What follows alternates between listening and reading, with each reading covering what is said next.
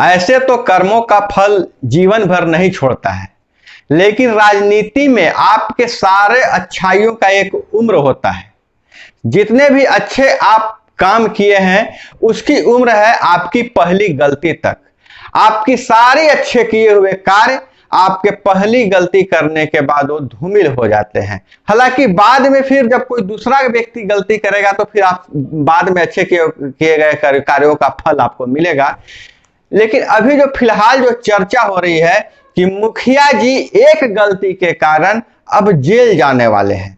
जहां मांग हो रही थी कि पुराने जितने भी जनप्रतिनिधि हैं उनके कार्यकाल को बढ़ाया जाए यदि 15 जून तक चुनाव नहीं हो तो, लेकिन जो सरकारी दिशा निर्देश, सरकारी जो गाइडलाइन है उसको पालन नहीं करने के चक्कर में मुखिया जी को लगा कि अभी तो मेरा कार्यकाल बढ़ ही जाएगा, तो उन्होंने कुछ ऐसी गलतियां कर दी है और वो भी वित्तीय गलती की है। जो सरकारी गाइडलाइन थी 15वीं वित्त आयोग की, जो चालू वित्तीय वर्ष में जो पैसे आए थे उस पैसे को नाजायज तरीके से खर्च किया है, उसे निकाल लिया है।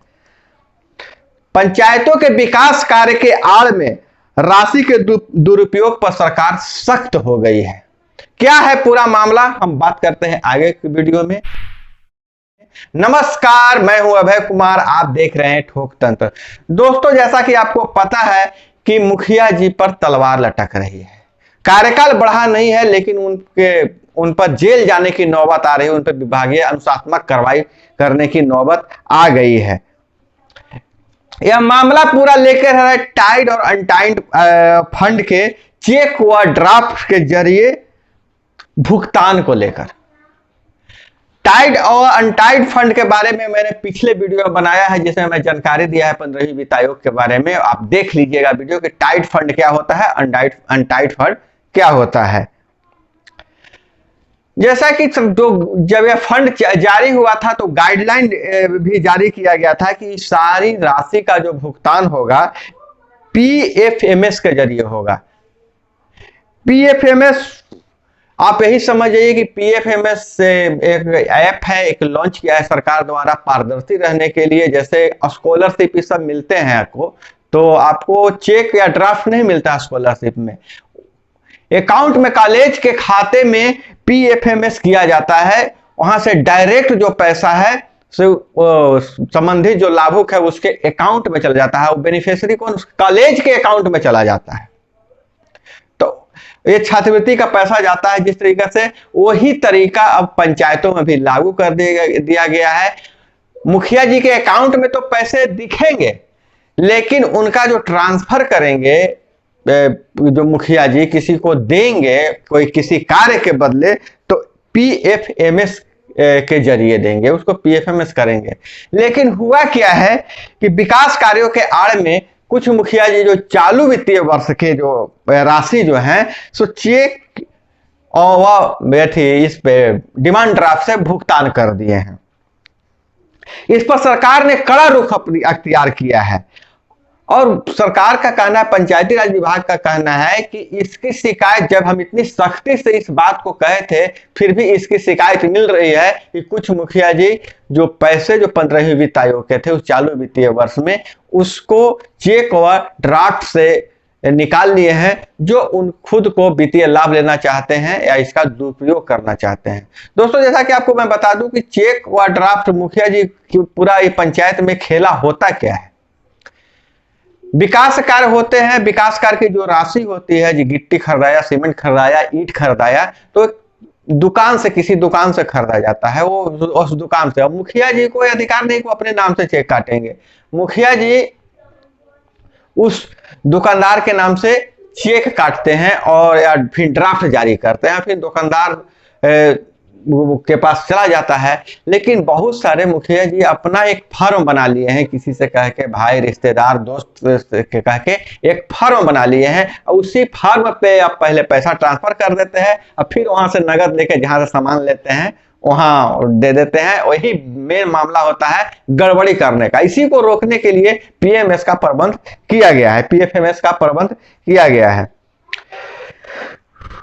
सरकार ने तो यहां कह दिया है, इतना बात तक कह दिया है कि 15वें वित्त आयोग के तहत पंचायतों को दी गई राशि का ट्रांजैक्शन मतलब कि भुगतान पीएफएमएस के बजाय चेक ड्राफ्ट से करने वाले मुखिया व सचिवों पर एफआईआर होगा, उन पर प्राथमिकी दर्ज किया जाएगा और अनुशासनात्मक कार्रवाई भी किया जाएगा।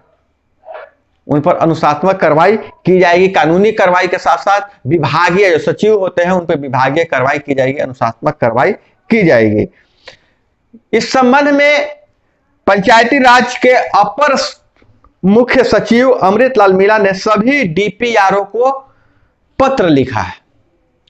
सभी डीपीआरओ को पत्र में लिखा है और पत्र में कहा गया है कि 15वें वित्त आयोग के तहत चालू वित्तीय वर्ष में जारी राशि जो टाइड या अनटाइड फंड के रूप में है उसका पीएमएस से भुगतान करना था, पीएफएमएस से भुगतान करना था।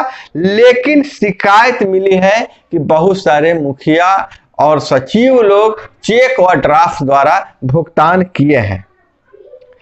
पंचायती राज महकमा सभी डीपीआरओ को यह आदेश दिया है, निर्देश दिया है कि आपके क्षेत्र में जितने भी मुखिया हैं उनके बैंक अकाउंटों का अद्यतन रिपोर्ट, उनके बैंक खातों का जो 15वें वित्त आयोग का जो बैंक खाता है उसका अद्यतन रिपोर्ट प्राप्त करिए और प्राप्त करके हमें बताइए, क्योंकि बैंक में जाने के बैंक अकाउंट का जब पूरा वो रिपोर्ट छप जाएगा तो पता चल जाएगा कि इसका भुगतान, इस राशि को खर्च कैसे किया गया है, पीएफएमएस के जरिए किया गया है या डायरेक्ट किसी को चेक दिया गया है या ड्राफ्ट दिया गया है।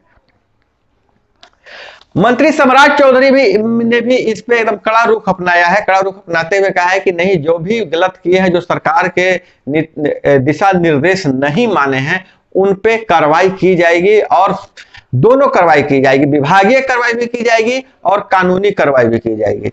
दोस्तों, जैसा कि आपको पता है कि 15 जून के बाद त्रिस्तरीय पंचायती राज व्यवस्था का जो कार्यकाल समाप्त हो जा रहा है।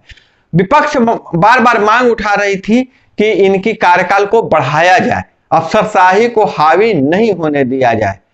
और दूसरी तरफ सत्ता पक्ष और सरकार का मानना था कि 5 साल में जितना काम करना था इनको वो कर चुके हैं, जो बाकी बचे काम जो है वो अधिकारी कर लेंगे।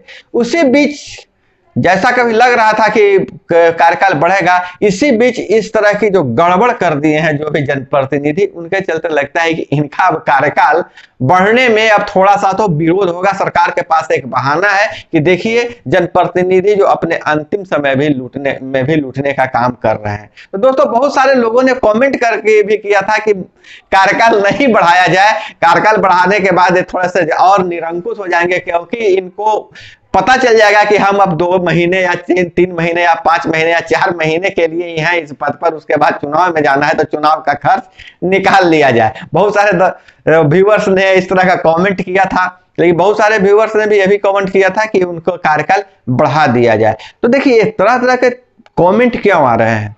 यह कमेंट इसलिए आ रहे हैं कि जिनके क्षेत्र में जनप्रतिनिधि लोकप्रिय हैं, जो अच्छा काम कर रहे हैं, उनके जो मतदाता है, वोटर है, वो कमेंट में लिख रहे हैं कि कार्यकाल बढ़ाया जाए, और जिनके क्षेत्र के जनप्रतिनिधि जो हैं से अलोकप्रिय काम किए हैं, जनता के बीच में जनता का विश्वास नहीं लिया है, विश्वास में नहीं रखा है, उनके जो मतदाता हैं वो बार बार कमेंट में लिख रहे हैं कि नहीं, कार्यकाल नहीं बढ़ाया जाए। तो हम समझ सकते हैं कि देखिए कार्य करने पर का कितना असर पड़ता है। जैसा कि मैंने आपको शुरू में भी बताया था कि देखिए, सारे अच्छाइयों की उम्र वहीं तक है जहां तक आपने पहली गलती नहीं की हो। जैसे ही आपने पहली गलती कर दी, राजनीति में आपका पूरा किया धरा फिर चौपट हो जाता है। और खास करके चुनावी वर्ष में, जब चुनाव में आप जा रहे हैं और आप एक गलती कर दीजिएगा तो समझिए कि पूरा आपका जो किया हुआ है सब चीज चौपट हो जाएगा। तो दोस्तों, ये जो अपडेट तो थी तो सुबह से ही आ रही थी, लेकिन मैं चिट्ठी का इंतजार कर रहा था। चिट्ठी मेरे हाथ में लगा तो मैं आपके पास यह रिपोर्ट लेकर आया हूं। हालांकि थोड़ी आपको लग रहा होगा कि लेट है, लेकिन बारिश हो रही थी जिसके कारण नेटवर्क में प्रॉब्लम था। हो सकता है जारी होने में कुछ विलंब हो जाए, तो इसके लिए आप क्षमा कीजिएगा। तो दोस्तों, यह थी ताजा अपडेट। अब मिलते हैं अगले वीडियो में, तब तक के लिए जय हिंद, वंदे मातरम।